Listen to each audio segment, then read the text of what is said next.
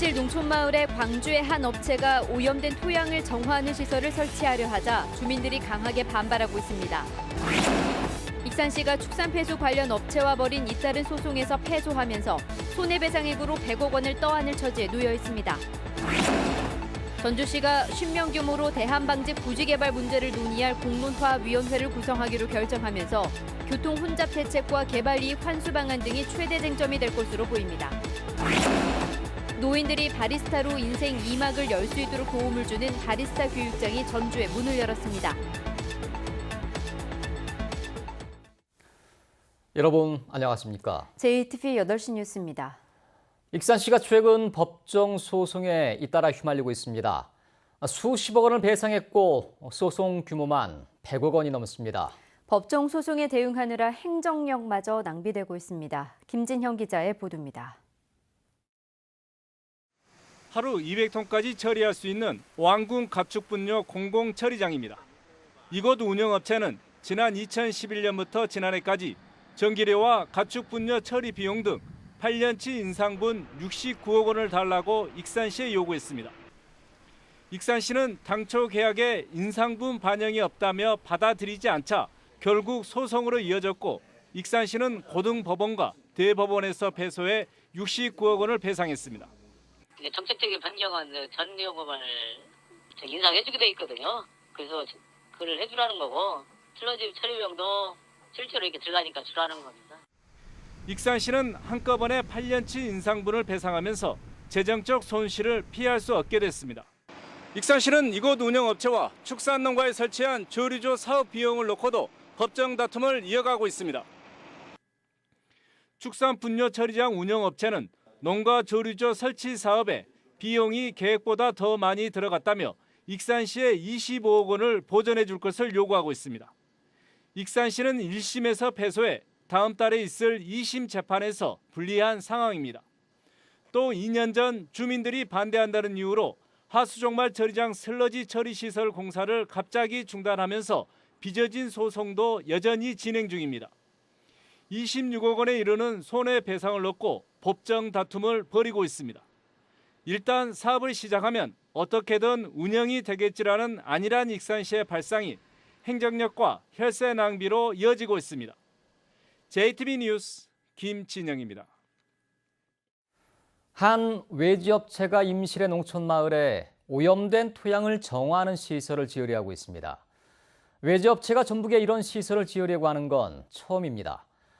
1차 계획서는 반려됐지만 주민들이 크게 반발하고 있습니다.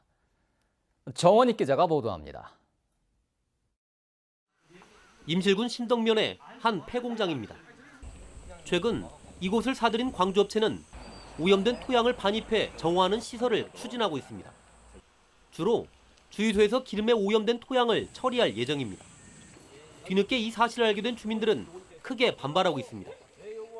기름 유출되고 오염된 토양을 가지고 온다고 하는데 전국적으로 가지고 오면은 여기 저희 주민은 살 수가 없을 걸로 판단해서. 다른 지역 업체가 전북에 이 같은 토양 정화 시설을 짓는 건 처음입니다. 옥정화도 그다지 멀지 않습니다. 이 때문에 2달 전 1차 계획서는 일단 반려됐습니다.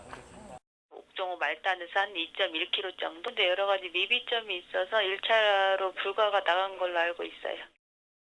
해당 업체는 조만간 관련 서류를 다시 제출할 예정이라며 주민들과는 적극적으로 협의하겠다고 밝혔습니다. 환경을 훼손한다든지 주민분들의 삶의 질을 떨어뜨린다고 하면 저희는 언제든지 나갈 준비가 되어 있습니다. 항상 이 공장은 개방을 할 것이고요. 하지만 주민들이 반대 서명운동에 나서고 집회를 계획하는 등 강경한 입장을 굽히지 않으면서 당분간 갈등은 계속될 것으로 보입니다. JTV 뉴스 정원익입니다. 대한방직 부지개발 문제를 논의하게 될 공론화위원회가 50명 규모로 구성됩니다. 교통 문제와 개발 이익의 환수 방안 등이 쟁점이 될 것으로 보입니다. 오정현 기자의 보도입니다. 전주시가 대한방직 부지개발 공론화위원회의 운영 방안을 마련했습니다.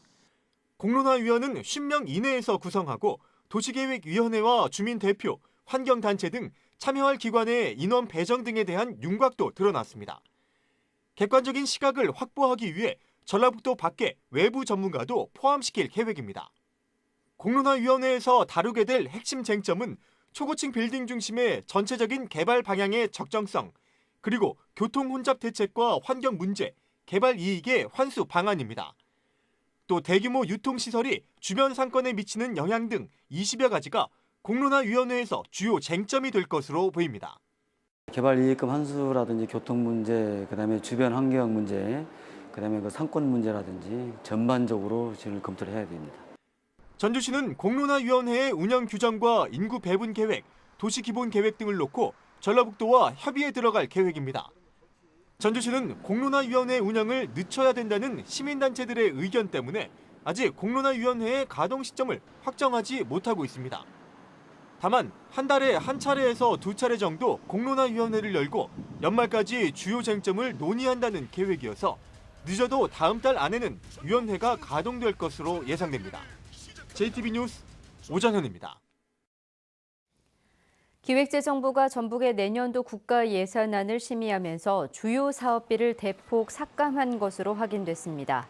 전라북도에 따르면 기재부는 내년도 국가 예산안을 심의하면서 새만금 임대용지 조성비 272억 원 전액과 새만금 박물관 건립비 114억 원, 익산 국가식품 클러스터 조성비 184억 원, 동학 농민혁명 기념공원 조성비 50억 원을 삭감했습니다.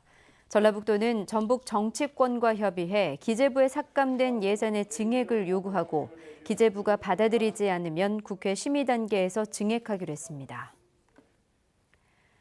촛불 시위 무력 진압 계획을 세운 국군 기무사령부를 해체하고 관계자를 처벌해야 한다는 주장이 나왔습니다.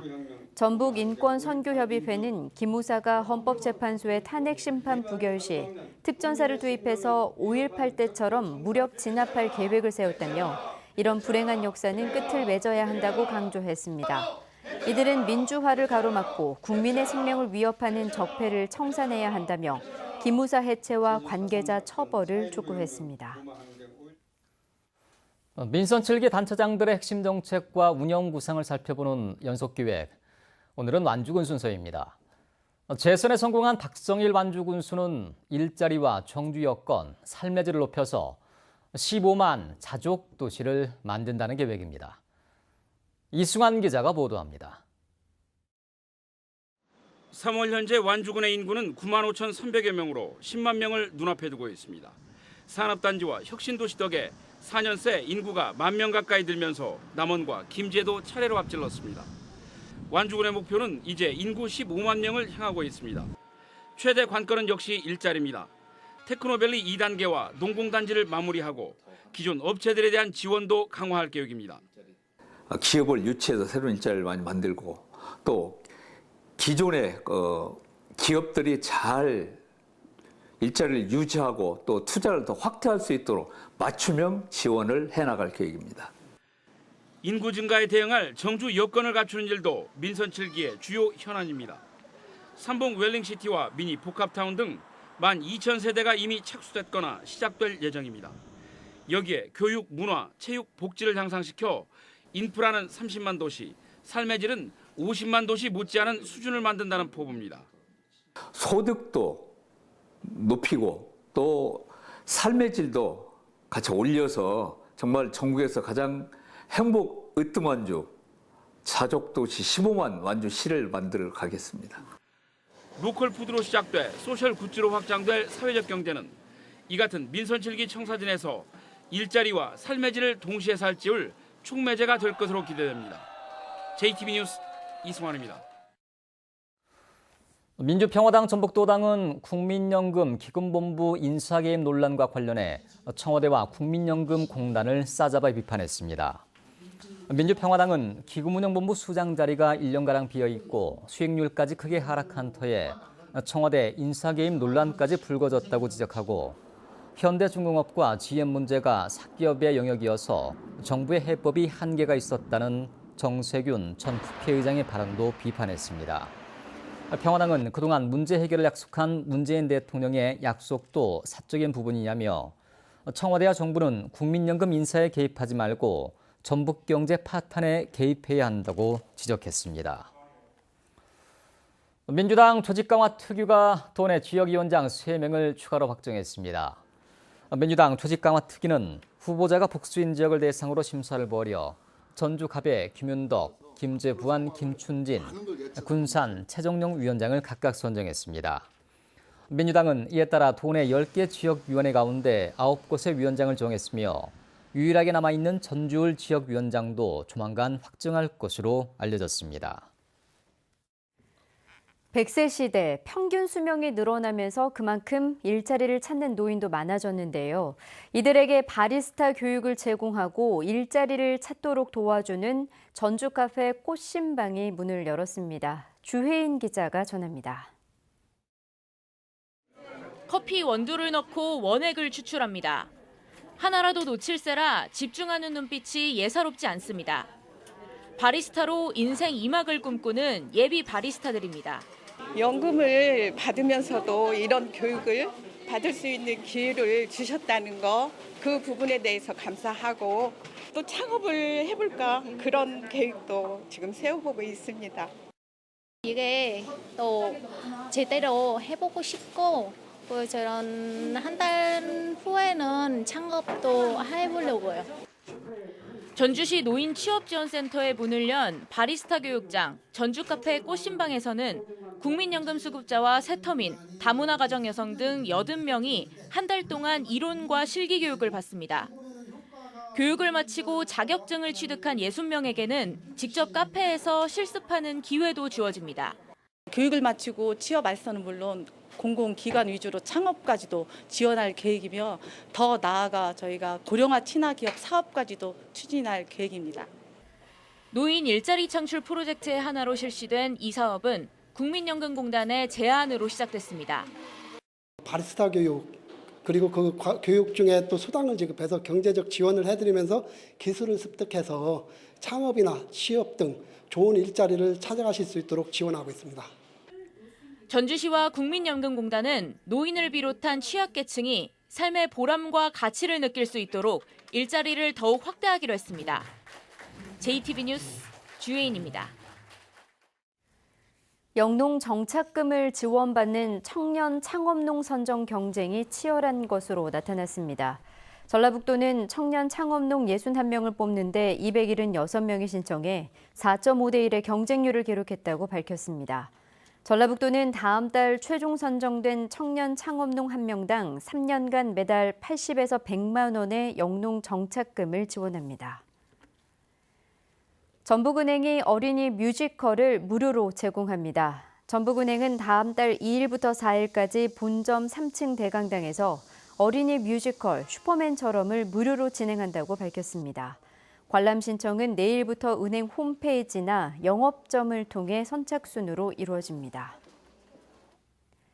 안전한 사회 문화 조성을 위한 전북사랑 아름다운 동행 콘서트가 법무보호 대상자와 소외계층 등 600여 명이 참석한 가운데 전주 덕진예술회관에서 열렸습니다. 한국법무보호복지공단 전북지부 등 19개 기관이 공동 주최한 이번 콘서트에서는 합창단 공연과 신앙송, 발레 등 다양한 행사가 진행됐습니다. 전주 덕진경찰서는 차량 번호판을 훔친 전 렌터카 업체 직원 24살 정모 씨와 20살 이모 씨를 특수절도 혐의로 불구속 입건했다고 밝혔습니다. 이들은 지난달 16일 자정쯤 전주시 덕진구의 한 렌터카 업체에서 차량 넉 대의 번호판을 떼어내 인근 저수지에 버리고 달아난 혐의를 받고 있습니다.